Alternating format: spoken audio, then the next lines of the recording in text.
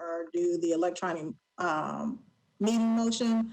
So what we'll be doing today is that I will recognize Councilmember Druffel so that he can go through his bill as well as the proposed substitute, and then I will recognize Director Crumbo for his perspective on Councilmember Druffel's legislation, and then we'll open the floor for questions. So we will start by recognizing Councilmember Druffel.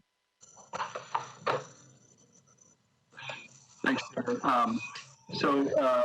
As backdrop to this, I think, a year or two ago when for cancelable debt and the level of debt was a high level of discussion, and really try to figure out how we got there. Of course, we all had discussions, and we saw the debt as it grew and all the discussion around that. So fast forward, we go into and we approved bonds last year in a gross amount and necessary. We know that it goes plan to commercial paper to bonds. Point, at least I recognize, we're approving a large amount of money after the fact in some fashion. Much of it's necessary, but I felt like the discussion could be at an earlier point. So I had talked to Director of Finance Crumbo and said, how do we create maybe a better discussion around how our debt is going and making these decisions around that. So looked at it and I thought we needed to have some kind of benchmark of where we're going and what impact it would have on short-term and long-term. So had a chance to talk to the State Controller's Office and spend some time with Director of Finance Crumbo, who's wealth of knowledge, and really said, how do we have a better discussion when the time comes? It isn't really to change debt policy, but probably my thought of discussion around so that we understand there's probably a finite amount of money and how do we prioritize, et cetera. Building some kind of foundation around metrics or reference points I thought was an important part. Again, and not around debt. My initial start was to have a cap and having a chance to talk with several people that know more than I do, recognized that that's not a good. So on the substitute, I've taken the cap out and really just highlighted the metrics that we would use when the capital spending plan comes through. So we have, again, a pretty obvious discussion of where that's going. And at the end of the substitute, it sort of talks through some of those metrics and some of those areas for discussion. At this point, that's my expectation and my thought process of where I'm going with this. The debt policy, the debt management, I'd have to brag about Director of Finance Crumbo. He's doing a great job and he's working on some refinancing, et cetera. And I think that's all good. Again, this is just a format for a discussion when the time comes, so we have more information and we can make better decisions. And that's my sort of vision for this. With that, Director of Finance Crumbo, would you want to sort of talk through what we've had a chance to talk about in terms of good metric?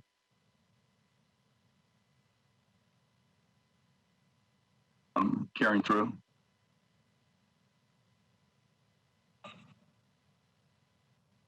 Director Crumbo.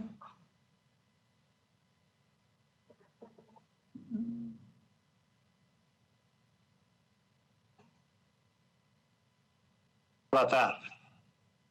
We can hear you. All right. Hey, so Councilman, thank you for the kind words. Yeah, thank you for the kind words and the introduction. And let me use that as a cue to introduce two other folks that have joined the call here. First, Steve Osborne is with us from the State Comptroller's Office, and I think Steve may be a familiar figure to at least some of you. He's part of the local government finance group at the Comptroller's Office and was just terrific working with us last year on the corrective action plan and on through the budget process. And glad he's able to join here if some questions arise that may go the way of the Comptroller's Office. And then I think all of you are now familiar too with our treasurer, Michelle Bosch, who's been with us since the fall and has just done a great job. And before I even begin to talk about debt and debt policy, I'll tell you, Michelle and I've had a heck of an afternoon. The refinancing of bonds that I think all of you are familiar was on the horizon, priced and had final cash flows issued today. And those have come with a present value savings to the city of nearly $60 million. And I'm sorry, total savings of about $60 million, which is a remarkable improvement and great for the taxpayers for all the obvious reasons. The lead up to that, of course, was getting these very bonds rated in the market.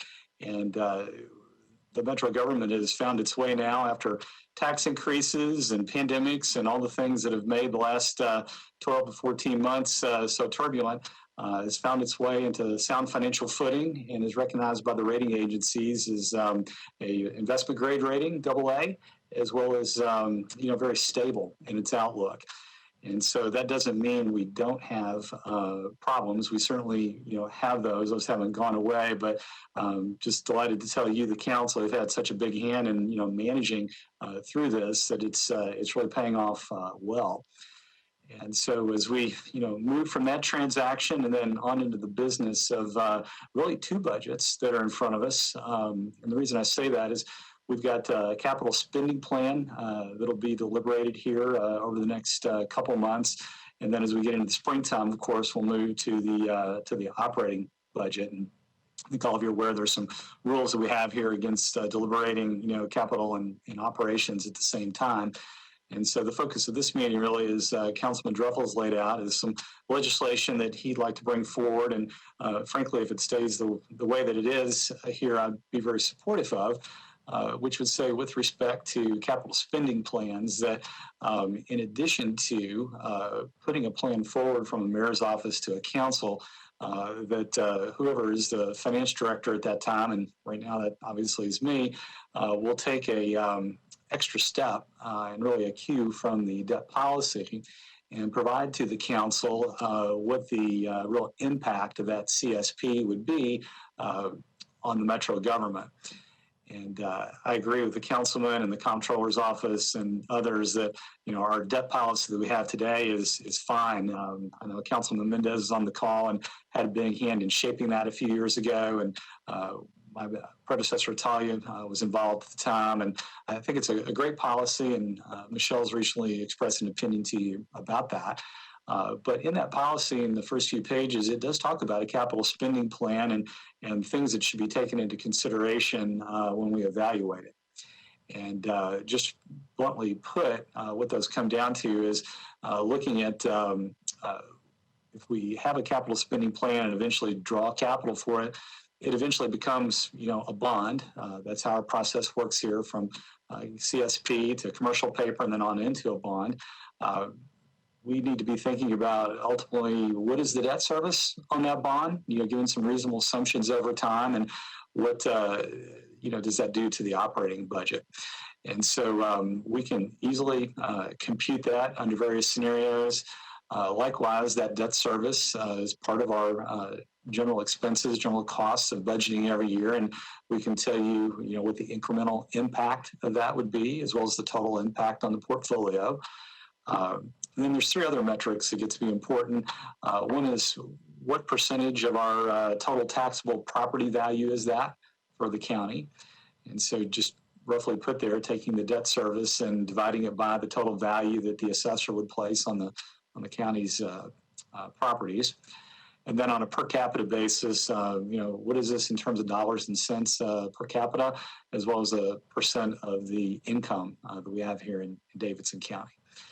So I know I went through those quickly, but the debt policy is easily accessible on the website, or if anybody likes, I can email that to the council office and then on to you. But with respect to Councilman Druffel's proposal here to provide those metrics to you at the outset of the capital spending, and then assist you in evaluating those as you go through that deliberation, we'd be delighted to do that. And frankly, I think it would be just very welcome information to the council and the public that seems to follow these things either in the media or online with the meetings or whatnot. So we can be very supportive of this as it is, and I'll stop there and be glad to take questions or provide information whatever best suits the committee here. Before I open it up to questions, did Ms. Bosch or Mr. Osborne want to chime in at all? You don't have to, but just want to make sure. Okay, Councilman Mendez. Thanks, Chair. I also support the proposed substitute from Council Member Druffel, and just to, we've talked about pieces of this at different times when this legislation has been before us, but there was a pretty substantial change to the debt policy last term several years ago. And before the current policy, the policy about figuring out how much debt we can afford was literally a sentence or two that boiled down to saying Metro Finance looks at a lot of factors and decides how much debt can be handled. And at that point, there was plenty of expertise in finance and from Mr. Riebling, but there wasn't a lot of transparency about exactly what they was looked at to figure out how much debt. And my pitch to them at the time was, if the 2 or 3 people, and that's all it was, who decided how much debt was appropriate, got run over by a bus, there wasn't anything anywhere in writing about what Metro even looks at to decide how much debt there should be. And I asked if they could just put in writing what it is that they actually look at. That became a policy. It got approved by the council after it got drafted. And I welcome Councilman Druffel's idea about actually then getting some metrics out that are listed in the policy at the time that we consider capital spending plans. So we can share more in the analysis that's historically just been done inside finance. Again, the expertise has been there for a long time, but this move toward transparency about how we figure out as a city how much debt we can afford is welcome. And so I support the substitute as it's drafted now. The only other thing I want to mention real quick was I do appreciate the update from the finance director about we're more stable financially now. But given the fact that we're still in COVID and we've got to figure out how to come up with $20 million for WeGo just to maintain current services, and there's new bonds being issued, we might be stable now compared to a year ago, but we're still pretty precarious and are going to have to buckle down and have a couple more very serious budgets in a row before there's a lot of discretionary money to spend. And with that, I'll stop. Thanks, Chair. Thank you, Councilwoman Allen. Thank you, Madam Chair, and let me know if my mic is fuzzy or not. I appreciate all the work that has gone into this, and I think Councilmember Druffel's intentions are absolutely on target. I appreciate Councilmember Mendez working with him to get something that everybody, I think, is comfortable with. The piece that I still feel like I don't understand well enough is how each year's capital spending plan accumulates. And Director Crumble and I have talked about this some, that we have a capital spending plan that gets allocated every year, but if you look back at what has been allocated and what has not yet been spent from those, I believe it adds up to some $600 million roughly. Is that correct, Ms. Bosch? You sent me that information. Director Crumble. Oh, Ms. Bosch, sorry. Hi, yes, you are right. Assuming that everything goes well with taking out the commercial paper that we have outstanding, after that becomes executed, then we will have circa 600 to 700 left, based on our calculations that haven't been bonded out yet. Gotcha. And so what I wish we had more information on is when we go from a capital spending plan to beginning certain projects, but other projects wait and get put on hold, and we fund the ones that do move forward with commercial paper. But is there any accounting or decision process of what period of time we expect money to be spent over, so that we actually know when that outstanding $600 million of other capital spending plans is going to land on a year-to-year basis? I mean, I think in our minds, we hear this year's capital spending plan is $200 million or $400 million, and we think that's what the next bond issue will be, but it doesn't actually work that way. It works more off of whatever really did get built and when we hit our limit with our commercial paper. So can someone address some way to have a better predictor for how past capital spending plans actually get spent over time? Yeah, so I'll address that for you. And let me separate too. I think that Councilman Druffel's legislation, as it is, it doesn't sound like there's a lot of question, a lot of argument. I'd recommend that move forward as it is without adding, much more to it. With respect to this question, Council Lady Allen, and I'm sure there's going to be others like it that are very educational in nature, as well as I really think of them as reconciliations from one number to a next or across different periods there.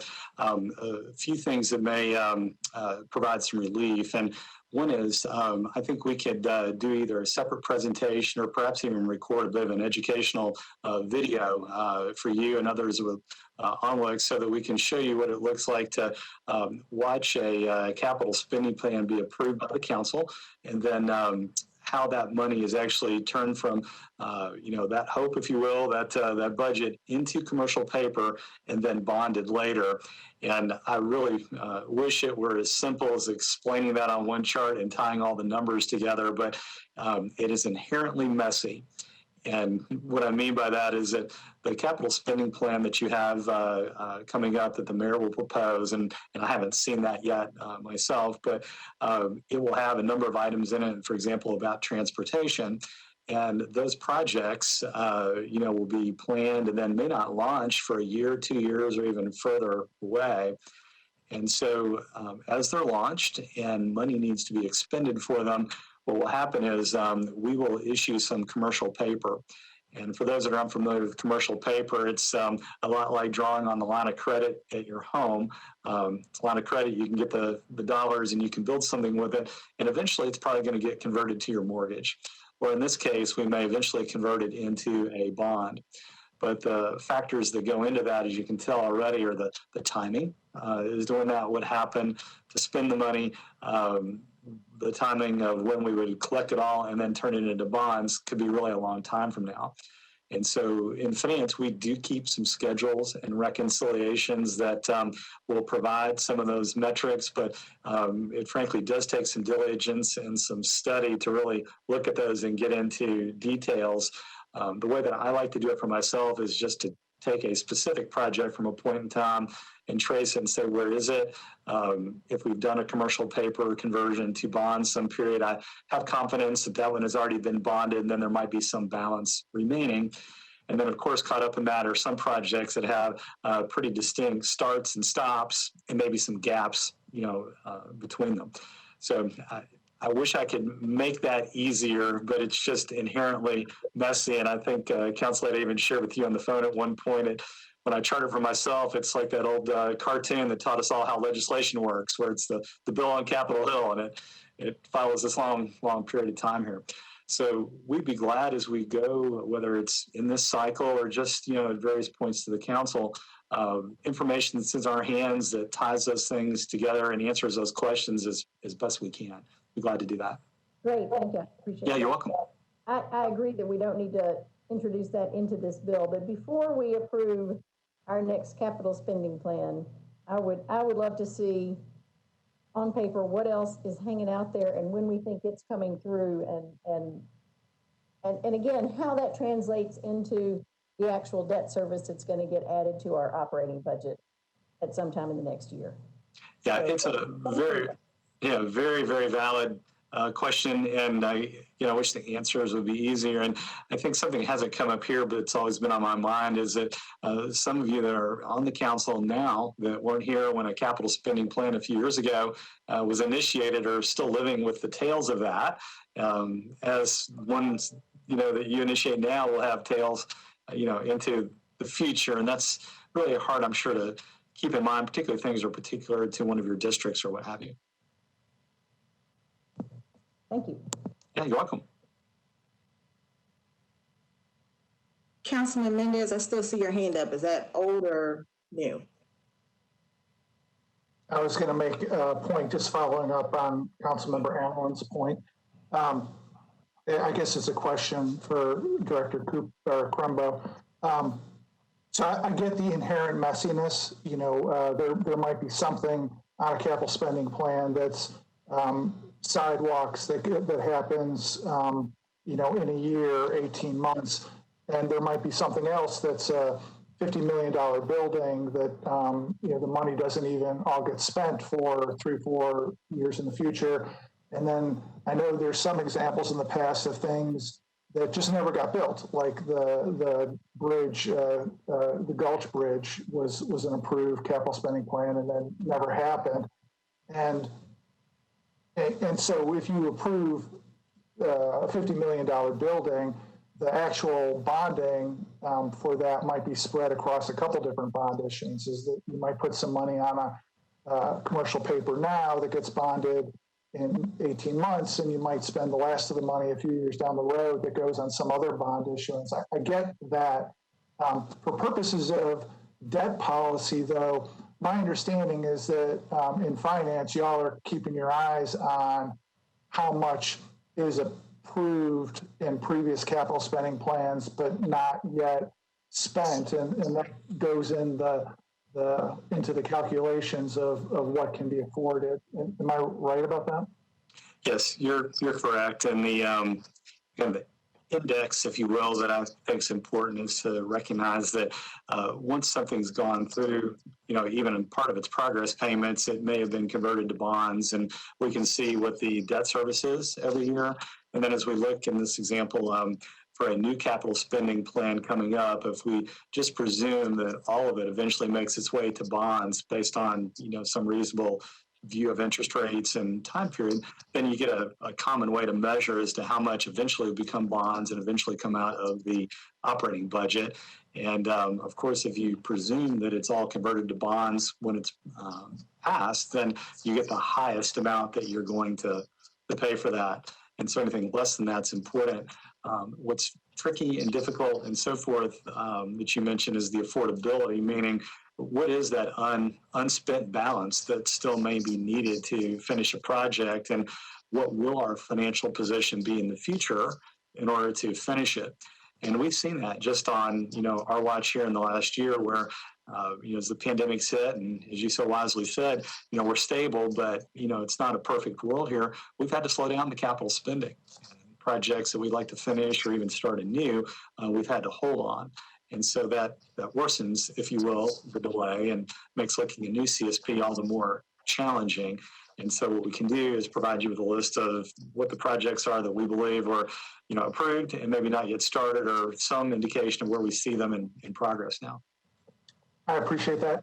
So I'll put a nudge behind in support of what Councilmember Allen said. Toward the end of last term, we upgraded the capital spending plan documentation to have references to specific CIB projects, which was good. What Councilmember Druffel is proposing now to get the metrics in this legislation, I think, is a good step forward. And we don't have to do with this legislation, but coming up with some way to present, even if it's got to be in ranges, the data about how much more is going to be coming down the pike for previously approved capital spending plans. I think that would be good for us to work that in the mix by the time we do the next one too. Thank you, Chair. Thank you, Councilman. So, Director Crumbo, so the 600 million in unfunded projects. So, when we're looking at the new CSP, we're also taking into account that 600 million. So, like, that doesn't sound like a good thing that we have 600 million in unfunded projects, even though those projects have been approved.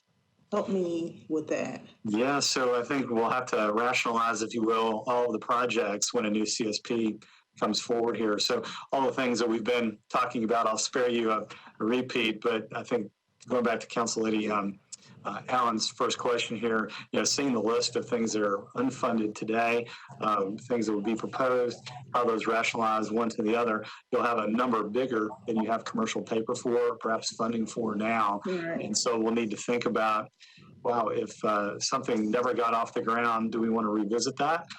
Or if something new needs to start and go their ways and then bring back something old, what do those really look like?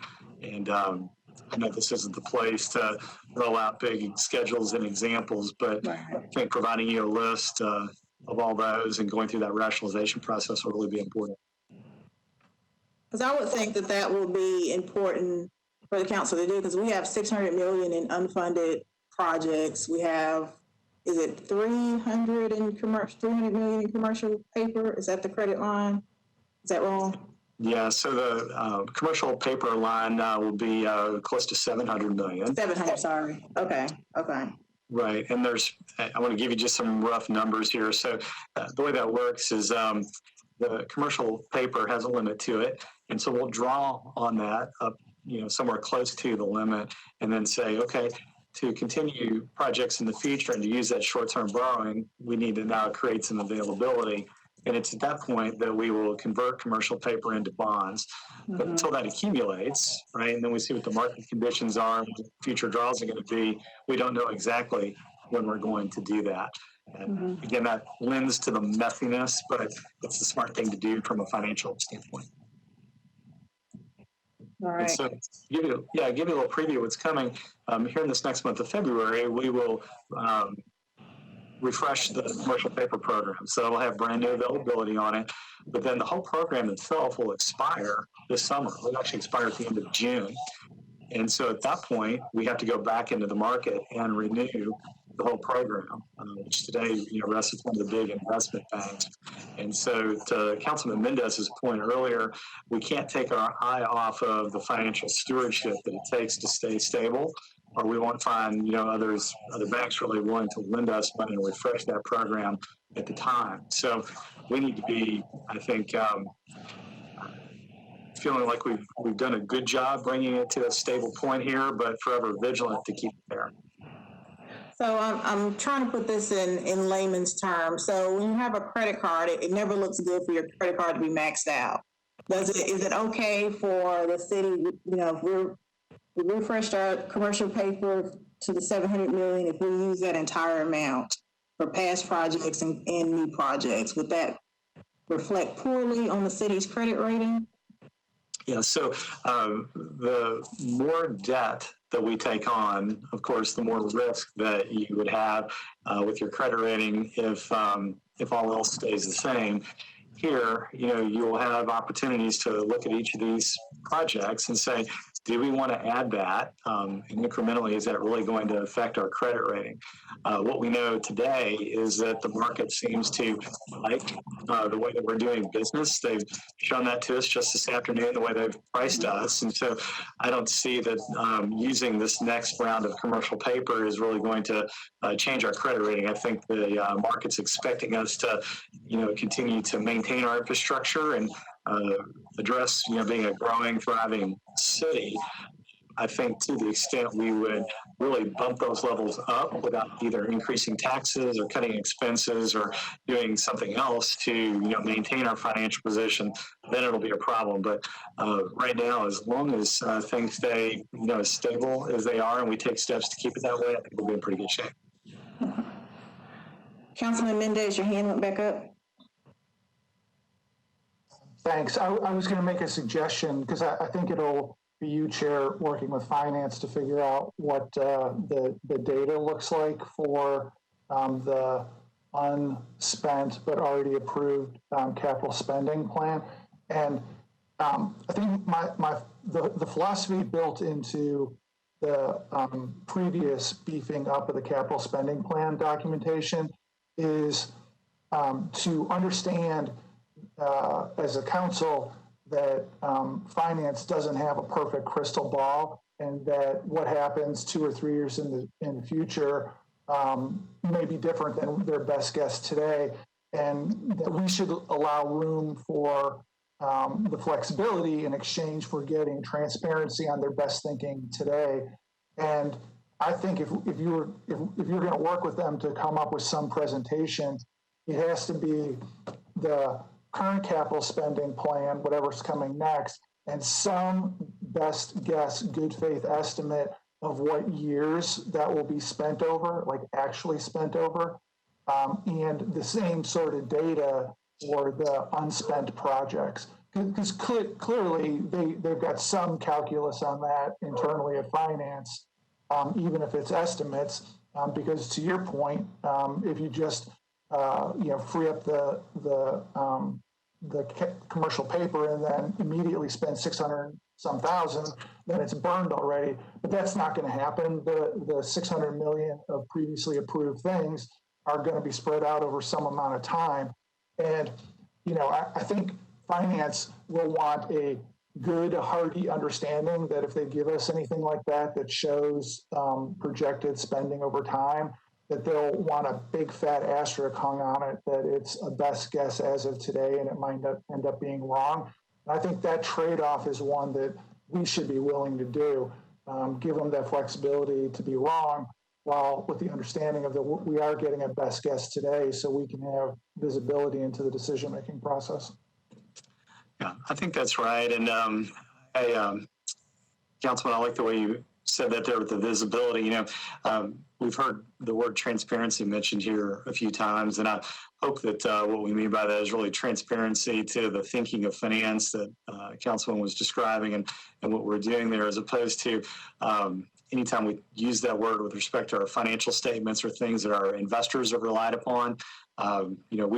We've always reported that well. Those numbers are audited, and I don't want to give the world the impression that somehow they were misled or misreported. But here, I think that having the finance department and the mayor's office and others more closely involved in working through these numbers and doing a better job detail-wise and discussing up front, the direction we're headed here. And maybe to connect a few dots here between the debt policy and capital spending and so forth, one of the reasons I really encourage keeping the policy the way it is and not changing that, not setting caps and limits, and likewise not going too far on the capital spending, is to give some flexibility so that anything that's deliberated here, you can have a broader range of choices, right? As well as just recognize that it may just be your choices and things that you think of on the council floor that will be important. At this moment now, just for example, with the Metro schools, there's some controversy right now about grant money that they have or haven't drawn. We've got another 123 million that they may be eligible for coming, but with grants, you need to spend the money in most instances and then go apply for reimbursement. That creates some real working capital issues and some borrowings and so forth there that we may need to have some flexibility with in order to take full advantage of that. And so the best of intentions to go put in, lots of controls and caps and so forth could really backfire for us and really stunt our growth here as a city. So maintaining some flexibility is important, but I think what we're hearing here is a lot more transparency on the thinking and the deliberation to begin with. And I'm glad to, help lead as much transparency on that as necessary to get everybody comfortable. Thank you, Director Crumbo. Councilman Druffel?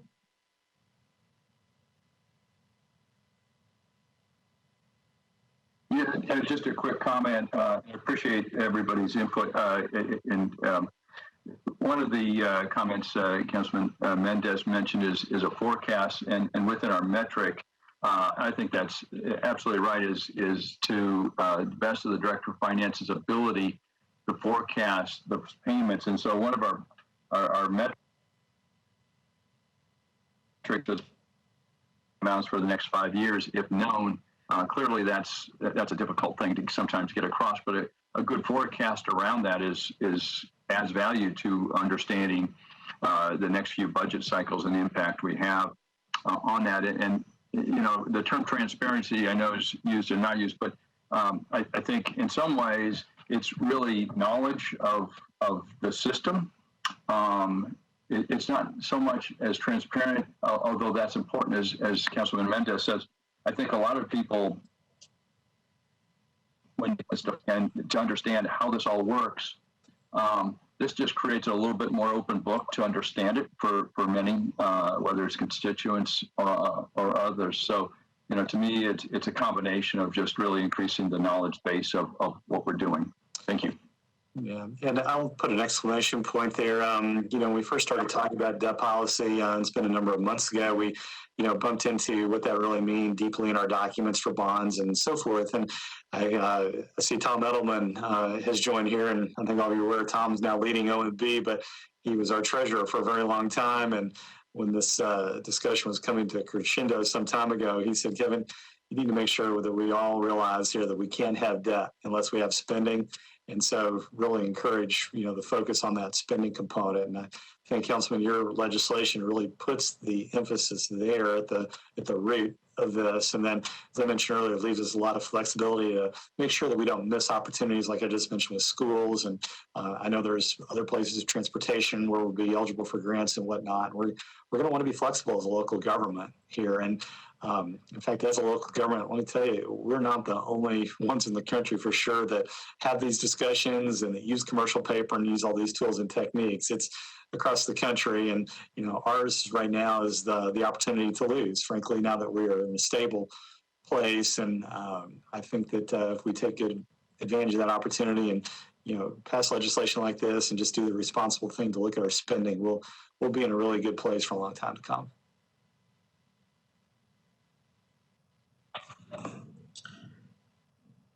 Thank you, Director. And I'm looking through the participant list, and I do not see any hands. Last call for questions or comments.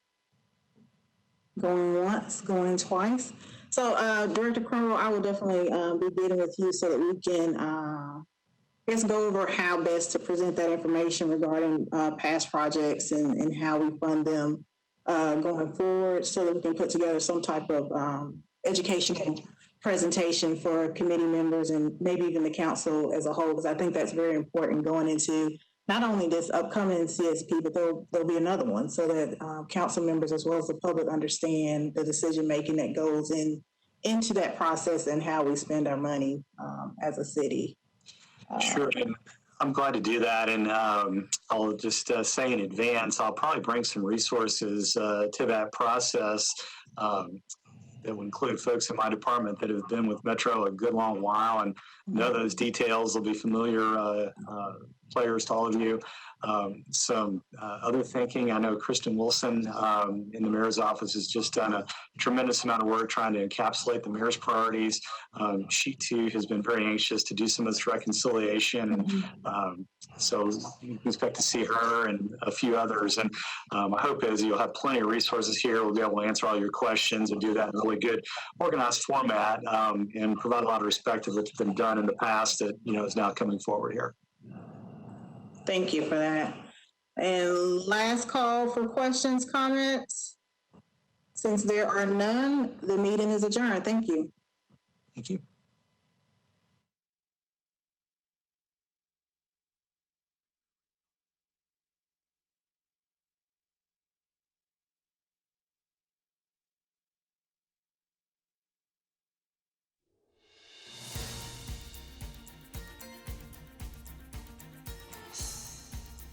This has been a service of the Metro Nashville Network.